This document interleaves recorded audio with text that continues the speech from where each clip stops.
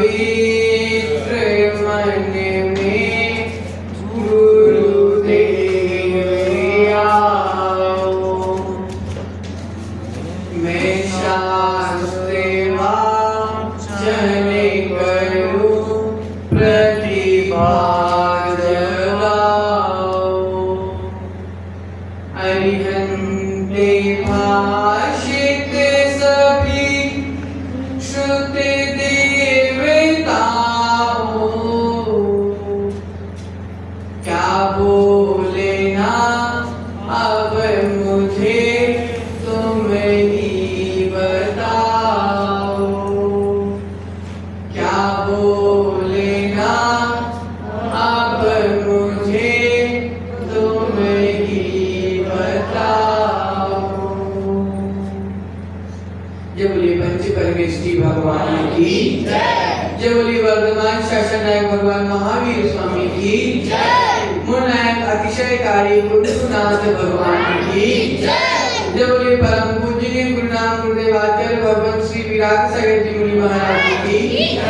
जय बोलिए परम पूजनीय वर्तमान पट्टाचार्य आचार्य श्री विशुद्ध सागर जी महाराज की जय। परम पूजनीय दीक्षा शिक्षा प्रदाता आचार्य श्री विभव सागर जी मुनि महाराज की जय। अहिंसामय विश्व जैन धर्म की जय।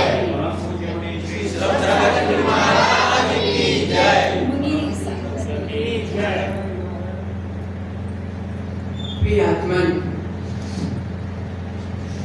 अभी तक हमने 12 भावनाओं की 4 भावनाएं पूर्ण कर ली थी। आज हम 5वीं भावना अन्यत्व भावना के बारे में जानने का प्रयास करें। आचार्य भगवंत कुंद भगवान भाव पाहुड़ ग्रंथ में बता रहे हैं कि सम्यक दर्शन से श्रेष्ठ कुछ भी नहीं। सम्यक दर्शन रत्न ही सर्वश्रेष्ठ रत्न है। सम्यक दर्शन, सम्यक श्रद्धा अगर निर्मल है तो सम्यक ज्ञान भी निर्मल है। और सम्यक दर्शन, सम्यक ज्ञान निर्मल है तो सम्यक चारित्र भी निर्मल है। और जिसके जीवन में ये तीनों निर्मल हो गए वह व्यक्ति ही सच्चा मोक्ष मार्गी है। प्रियात्मन, आचार्य भगवंत सोमदेव सूरी महाराज लिख रहे हैं कि श्रद्धा और चारित्र के बिना, किसके बिना? श्रद्धा और चारित्र के बिना जो ज्ञान होता है वह विधवा स्त्री के श्रृंगार के समान। जिस प्रकार विधवा स्त्री को श्रृंगार शोभा नहीं देता, उसी प्रकार सम्यक दर्शन और सम्यक चारित्र के बिना ज्ञान शोभा नहीं देता।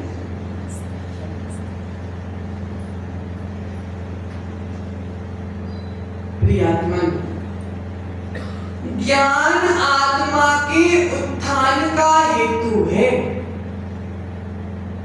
ज्ञान आत्मा को ऊपर उठाने का हेतु है।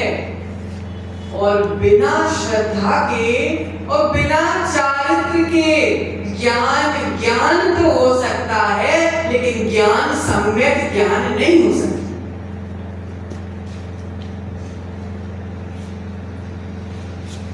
प्रियात्मन, आचार्य भगवंत ज्ञान का फल बता रहे हैं तो ज्ञान का फल 3 होता है। पहला फल है हेय, दूसरा फल है उपादेय और तीसरा फल है ज्ञानी। ध्यान से समझना। पहला फल हेय, दूसरा फल उपादेय और तीसरा फल ज्ञानी। समझते? फल हे का अर्थ होता है त्यागने योग्य। हे का अर्थ क्या होगा? त्यागने योग्य, छोड़ने योग्य को हे कहते हैं। फिर दूसरा फल क्या है? उपादेय। उपादेय का अर्थ होता है स्वीकार करने योग्य, ग्रहण करने योग्य। हे मतलब छोड़ने योग्य, उपादेय मतलब स्वीकार करने योग्य। और यानी मतलब ना छोड़ना है ना ग्रहण करना है, मध्यस्थ भाव। और जिस जीव के भीतर यह विवेक जागृत हो जाता है कि क्या आत्मा के लिए अच्छा है, क्या आत्मा के लिए बुरा है, और क्या आत्मा के लिए ना अच्छा है ना बुरा, जिस जीव के भीतर यह विवेक आ जाता है, उस जीव के भीतर सम्यक ज्ञान आ जाता है। प्रियात्मन, जिनवाणी कभी शत्रु से भी द्वेष करना नहीं बताती।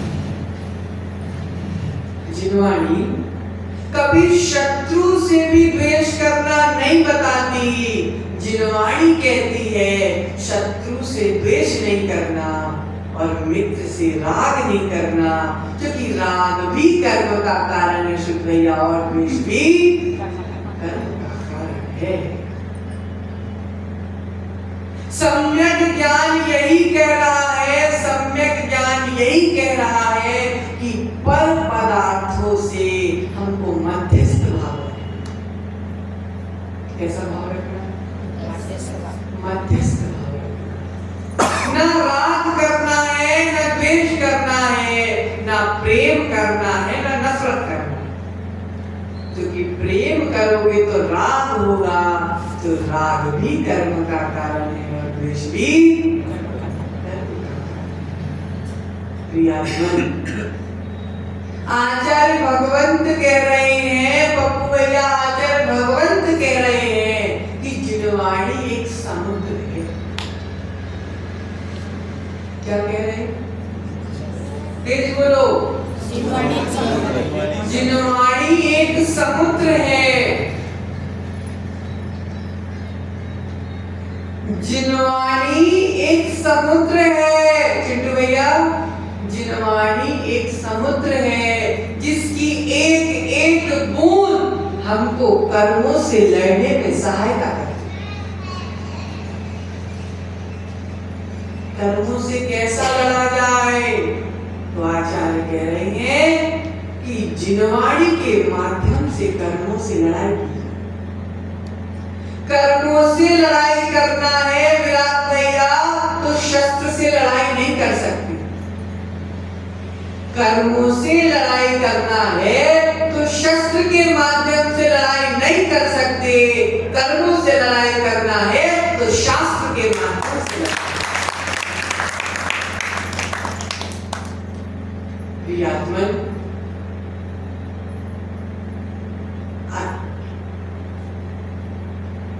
जहां देह अपनी नहीं, जहां देह अपनी नहीं, तहां न अपना कोई, धन संपत्ति पर प्रकट के पर है परिजन। जन्म हुआ तो देह मिली, जन्म होने के साथ ही देह मिल गई। आचार्य भगवंत कह रहे हैं कि जन्म के साथ ही देह मिली। जब वह देह अपनी नहीं है, जो 24 घंटे जन्म से लेकर मरण तक साथ में रहते हैं। ये शरीर जन्म से लेकर मरण तक साथ में रहता है, लेकिन ये शरीर भी अपना नहीं है। शरीर अपना है या नहीं है, इस बात का स्पष्ट बाहर से पता नहीं चलता, लेकिन आचार्य कह रहे हैं कि वह शरीर भी अपना नहीं है। तो ये जो अलग से मकान शरीर से दूर रहने वाला, पति शरीर से दूर रहने वाला, बच्चे शरीर से दूर रहने वाले, ये तो अलग से ही पता चल रहा है कि ये अलग है। समझ में आ रहा? ये अलग से ही पता चल रहा है कि ये अलग है। तो आचार्य कह रहे हैं कि जो शरीर जो जन्म से मरण तक हमारे साथ रहने वाला है, पक्की बात है मेरी प्रिया, कि जब से जन्म हुआ और जब तक मरण नहीं होता ये शरीर आपके साथ में रहेगा। लेकिन आपके पापा जब तक आपका मरण नहीं होता जब तक आपके साथ रहेंगे, ये पक्का है कि नहीं?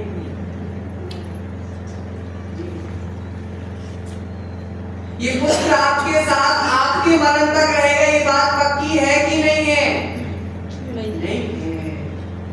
जब जो शरीर हमारे साथ हमेशा रहेगा, जब वह अपना नहीं है, निश्चित होने के बाद भी अपना नहीं है, तो जो पहले से अलग है वह अपना कैसे हो सकता है? यही बात अन्यत्र भावना हमको सिखा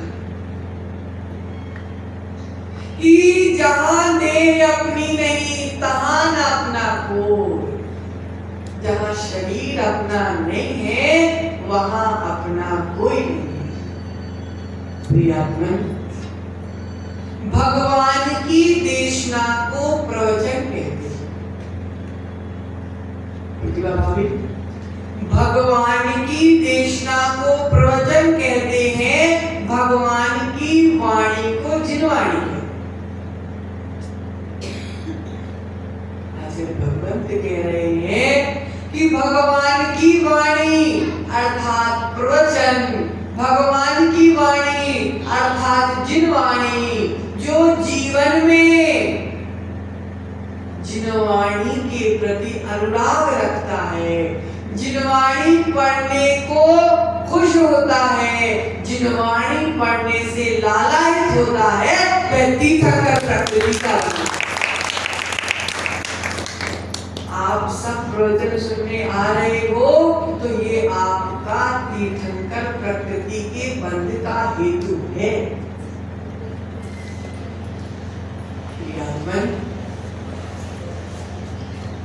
तपस्या से तो कर्मों की निर्जरा होती है।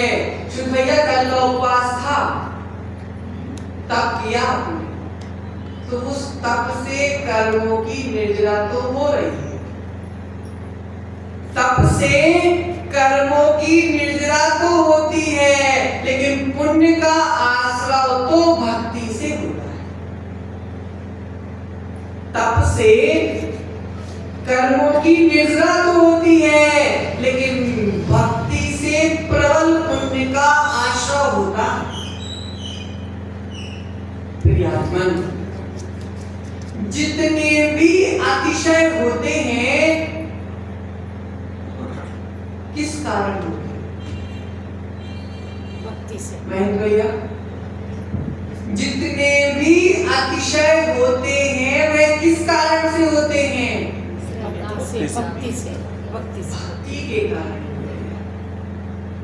जब हम निस्वार्थ भाव से भक्ति करते हैं, जब हम शुद्ध भाव से जिनेन्द्र की भक्ति करते हैं, जब हम निर्मल भाव से जिनेन्द्र की भक्ति करते हैं, तो जिनेन्द्र की सेवा करने वाले देवी देवता अतिशय किया। क्यों अतिशय करते हैं? वह देवी देवता भी हमारी भक्ति से प्रभावित होते हैं। प्रियात्मन, अतिशय किसी देव ने नहीं किया, देव तो निमित्त बने। अतिशय किसी देवी ने नहीं किया, वह देवी तो निमित्त बनी। अतिशय अगर करने वाला कोई है तो हमारी भक्ति। प्रियात्मन, चमत्कार तो दुर्लभ है, चमत्कार तो दुर्लभ है, लेकिन आचार्य कह रहे हैं शुद्ध भैया कि शरीर के भीतर बैठी चैतन्य, शरीर के भीतर कैसी बैठी आत्मा? चैतन्य बैठी है। चमत्कार तो दुर्लभ है, लेकिन इस चैतन्य चमत्कार के लिए आचार्य भगवंत ने बोला कि यह आत्मा अत्यंत और महादुर्लभ है।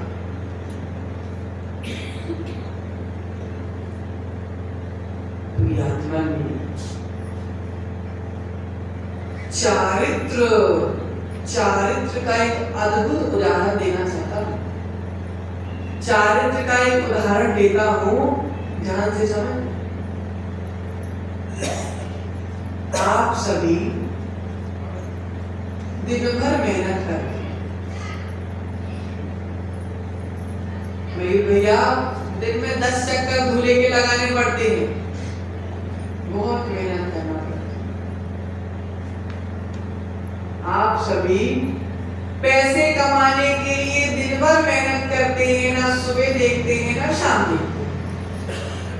राजू भैया से पूछना, हमसे बोलते हैं कि महाराज जी सुबह 9 बजे से लेकर शाम के 9 बजे तक कोई समय नहीं।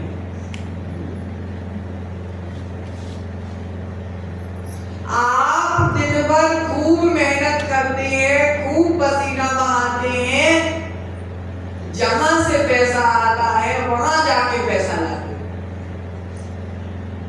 तब भी शांति से एक रोटी भी नहीं खाते। दिन भर मेहनत करने के बाद भी शांति से एक रोटी भी नहीं खा पाते, एक और मुंह में है और एक हाथ मोबाइल का। ये स्थिति है, सच्चाई की बात बोल रहा हूं। 24 घंटे मेहनत करने के बाद भी शांति की 2 रोटी नहीं खा पाते। और दिगंबर मुनि को देखो,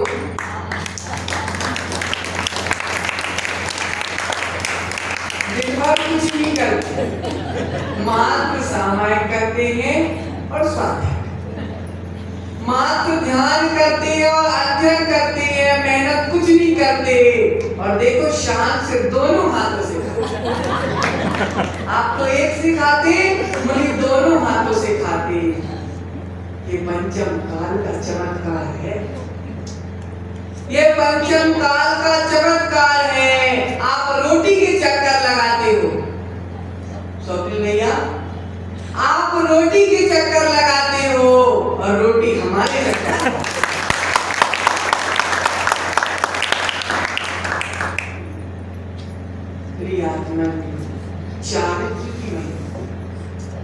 चारित्र की महिमा है और किसी की महिमा। जिसने चारित्र का सम्मान कर लिया, जिसने चारित्रधारियों का सम्मान कर लिया, वह भी एक ना एक दिन चारित्र को धारण अवश्य करता है।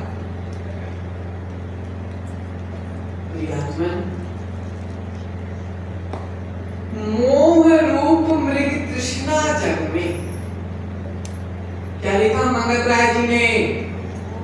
मोह रूप मृग तृष्णा जग में, मिथ्या जल चमके, मृग चेतन निद्र भ्रम में उठ उठ दौड़े थक थक।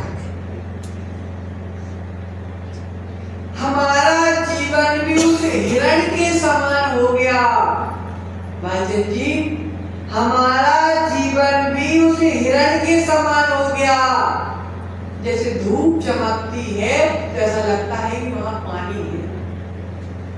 गर्मी के दिनों में धूप चमकती है तो ऐसा क्या लगता कि वहां पानी है, लेकिन वास्तव में पानी नहीं होता। लेकिन वह प्यासा हिरण बार बार उस नकली पानी के तरफ इतना कूद कूद के जाता है कि प्यास बुझ जाएगी, आज तो पानी मिल गया। इतना कूदता है, वहां तक पहुंचा और पानी होता ही नहीं, बेचारा थक जाता है। फिर दूसरी जगह देखा, फिर कूदता है, कूदते कूदते थक जाता है और इतना थक जाता है कि चिंटू प्राण का भी क्या करे। उसी प्रकार हमारा जीवन भी हो गया है। वो सुख जैसा दिख तो रहा है, उस सुख के पीछे हम कूदते कूदते जाते हैं, कूदते कूदते कूदते जाते हैं लेकिन सुख नहीं मिलता तो थक जाते हैं। फिर दूसरी जगह सुख जैसा मिला, सुख जैसा मिला लेकिन सुख नहीं मिला। कूदते कूदते कूदते कूदते सारा जीवन निकाल देते हैं। आचार्य भगवंत कह रहे हैं जितने समय तुम नकली सुख के लिए कूद रहे थे उतने समय अगर हाथ में हाथ रखकर आत्मा का ध्यान कर लेते तो सच्चे सुख की प्राप्ति हो। सच्चे सुख की प्राप्ति के लिए कूदना नहीं पड़ता, सच्चे सुख की प्राप्ति के लिए भागना नहीं पड़ता, सच्चे सुख की प्राप्ति के लिए तो हाथ पर हाथ रखकर बैठना है।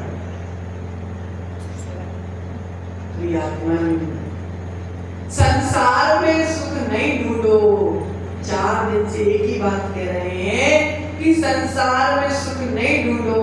सौतुल भैया संसार की क्या हालत है हम आपको बताते हैं। जिसके पास पुत्र नहीं है वह दुखी है, जिसके पास पुत्र नहीं है वह दुखी है, और जिसके पास पुत्र हो गया और पुत्र मर गया तो वो दुखी। एक व्यक्ति पुत्र नहीं है तो दुखी है, एक व्यक्ति का पुत्र हो गया और मर गया तो दुखी है, और एक के पास पुत्र भी है, पुत्र मरा भी नहीं लेकिन पुत्र वैश्यालय के चक्कर लगा रहा है तो दुखी।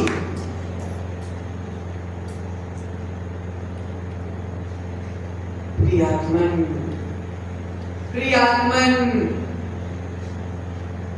कहीं ना कहीं से दुखी। पहले रोता रहा मेरे पास पुत्र नहीं है, पुत्र नहीं है, पुत्र नहीं है, चलो पुत्र हो गया। अब पुत्र होने के बाद पुत्र मर गया तो रोने लगी मेरे पास पुत्र मर गया, मेरा पुत्र मर गया, मेरा पुत्र मर गया। चलो ठीक है पुत्र भी हो गया, मरा भी नहीं, लेकिन तुम्हारा पुत्र जैन कुल में जन्म लेकर जैन कुल की अगर नाक कटा रहा है बाहर तो भी दुखी है। प्रियात्मन सम्यक दृष्टि जीव, सम्यक दृष्टि जीव मदिरालय नहीं करता। सुध भैया सम्यक दृष्टि जीव मदिरालय नहीं जाता, सम्यक दृष्टि जीव वैश्यालय नहीं जाता, सम्यक दृष्टि जीव भगवान के जिनालय जाता। प्रियात्मन जिनालय जाने वाले कुल में जन्म हुआ है, वैश्यालय मदिरालय जाने वाले कुल में हमारा जन्म नहीं हुआ। हमारा सौभाग्य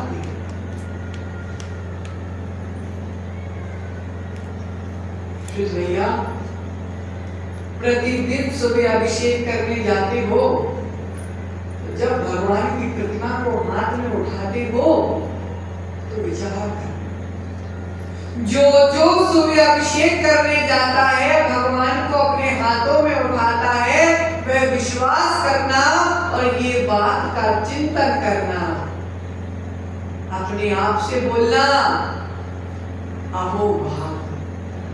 प्रतिभा भाभी भगवान का अभिषेक करती हो तो अपने दिल में हाथ रख के बोलना अहो भाग्य कि मेरा जन्म ऐसे कुल में हुआ, मेरा जन्म एक ऐसे कुल में हुआ जहां सुबह से किसी का मन नहीं उठाना पड़ता, जहां तो सुबह से भगवान जिनेंद्र की प्रतिमा उठाना।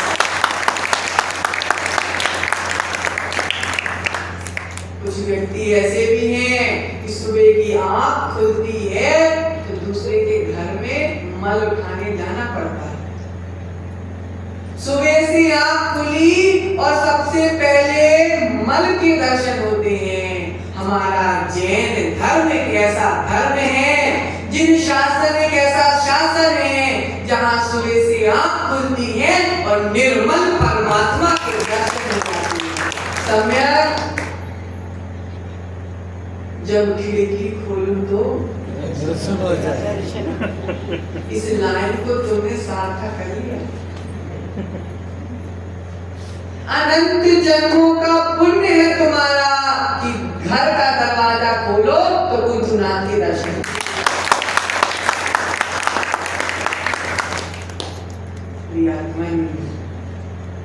हम ऐसे कुल में जन्मे हैं जहां जिनेंद्र भगवान को उठाते हैं, मल को नहीं उठाते।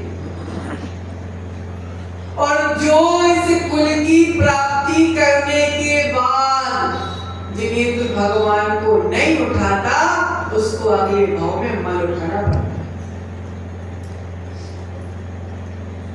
प्रियात्मन, आचार्य विशुद्ध सागर जी कह रहे थे, एक घटना सुना रहे थे।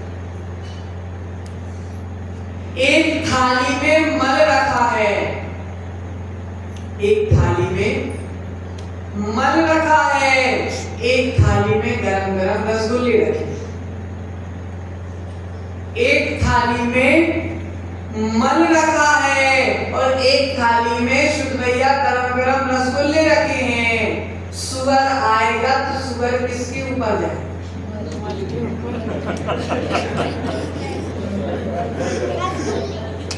एक थाली में मल रखा है और एक थाली में रसगुल्ला रखा है। सुअर आएगा तो किस में मुंह मारेगा?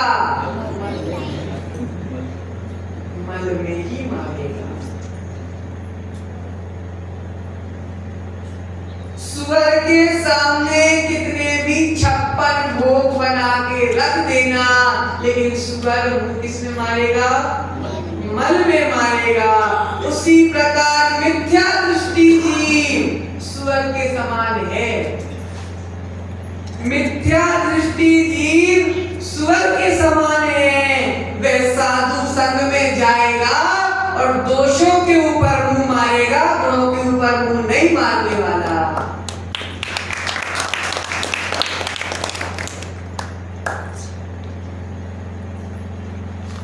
ऐसे लोगों को धिक्कार है जो साधु को देखकर साधु के गुण नहीं देखते, साधु के दोष देखते। साधु के दोष देखने वाले मल की थाली में मुंह मारने वाले हैं, ध्यान रखना शुभ है। और साधु के गुण देखने वाले रसगुल्ला की थाली में मुंह मारने।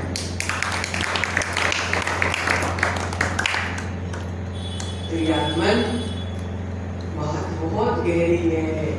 अन्यत्र भावना यही कह रही है,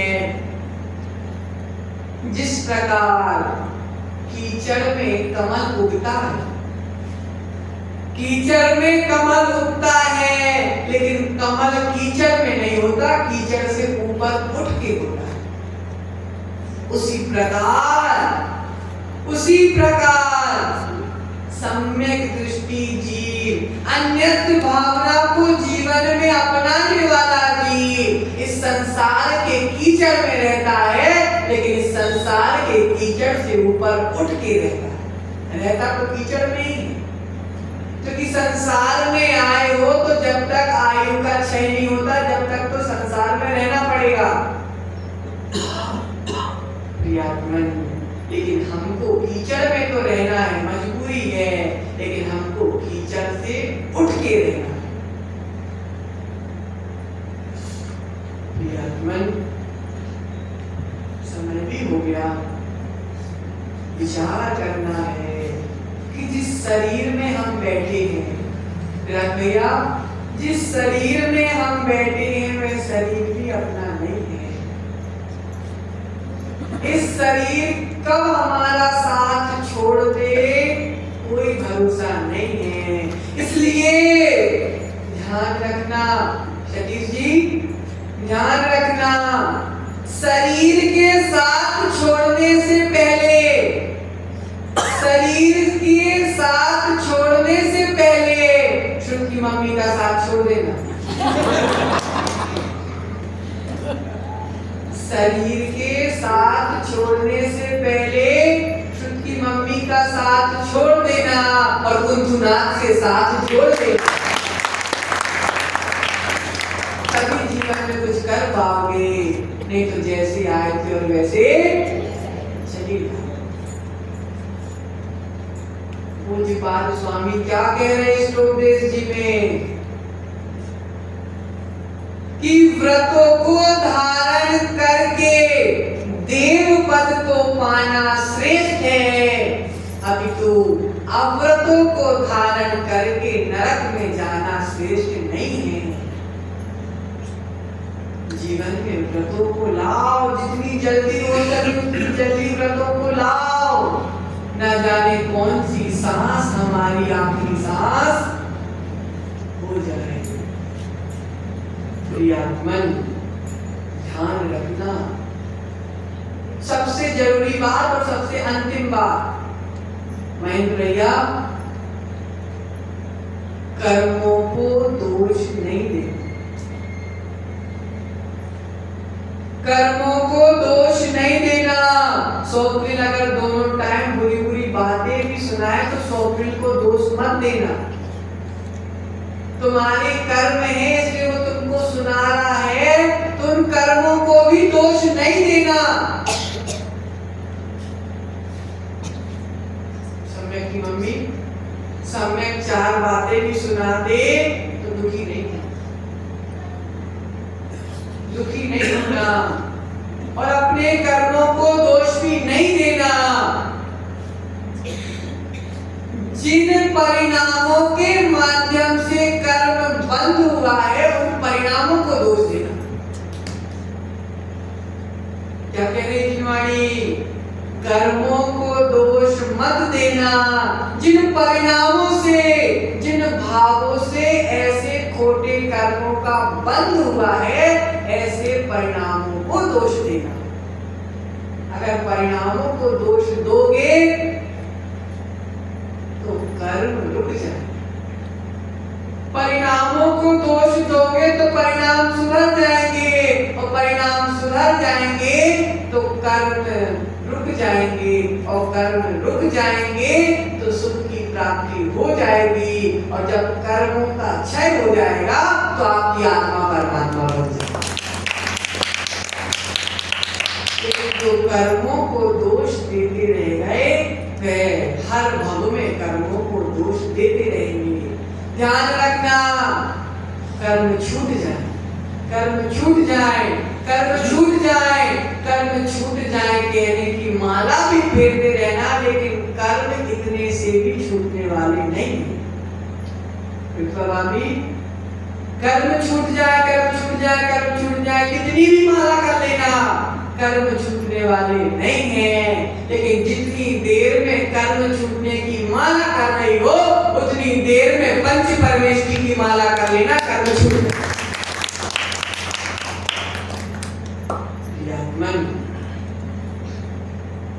आचार्य भगवंती कह रहे हैं कि जब तक स्वार्थ है, जब तक स्वार्थ है, जब तक ही प्रेम है। भावना क्या कह रही? जब तक स्वार्थ है चिंटू तब तक ही नेहा प्रेम करेगी, उसके बाद वो भी साथ छोड़ देगी। जब तक स्वार्थ है जब तक ही प्रेम है। ना तन साथ देने वाला है, इसलिए आचार्य क्या कह रहे हैं? ना तन से नाता जोड़ना। क्या कह रहे? ना तन से नाता जोड़ना, ना धन से नाता जोड़ना। ना तन से नाता जोड़ना, ना धन से नाता जोड़ना। नाता अगर जोड़ना है तो अपनी आत्मा से नाता, क्योंकि अगर तन से नाता जोड़ोगे तो तन राख तो होने वाला। तन से नाता जोड़ा तो तन राख हो जाएगा। धन से नाता जोड़ा तुम्हारे मरने के बाद तुरंत बंटवारा हो जाएगा। सतीश जी, ना तन से नाता जोड़ना, क्योंकि तन तो राख होने वाला है। ना धन से नाता जोड़ना, सब श्रुत का। अगर नाता जोड़ना है तो आत्मा से नाता जोड़ना, क्योंकि परमात्मा तन नहीं बनता, परमात्मा धन नहीं बनता, परमात्मा अगर कोई बनता है तो आत्मा ही बनता है।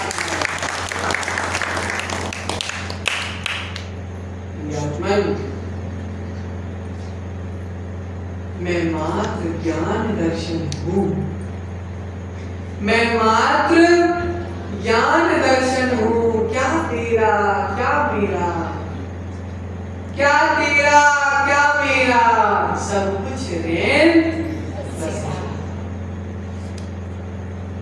आत्मन। रात होती है तो पक्षियां दूर दूर से उड़ के वृक्ष में आके सो जाती हैं, और सुबह होती है तो अपने अपने रास्ते में उड़ जाती है। उसी प्रकार हम भी संसार के पेड़ में दूर दूर से उड़ के आए हैं। सुबह होगी और सब हम अलग अलग दिशाओं में उड़ जाएंगे। कोई भी साथ निभाने वाला नहीं है। अगर कोई साथ निभाएगा तो हमारे निर्मल परिणाम ही हमारा साथ निभाएंगे, अन्यथा हमारा साथ निभाने वाला कोई नहीं है। इसलिए सबसे नाता तोड़ दीजिए और आत्मा से नाता जोड़ दीजिए, फिर देखना सुख की प्राप्ति कैसे नहीं होती है। नकली सुख के पीछे मत भागो, असली सुख के पीछे भागो, तब कहीं जाके तुम अपने इस जीवन को सफल कर पाओगे। नहीं तो जैसे आए थे वैसे चले जाओगे। इसी मंगल भावना के साथ परम पूजनीय आचार्य श्री विभव सागर जी महाराज की जय।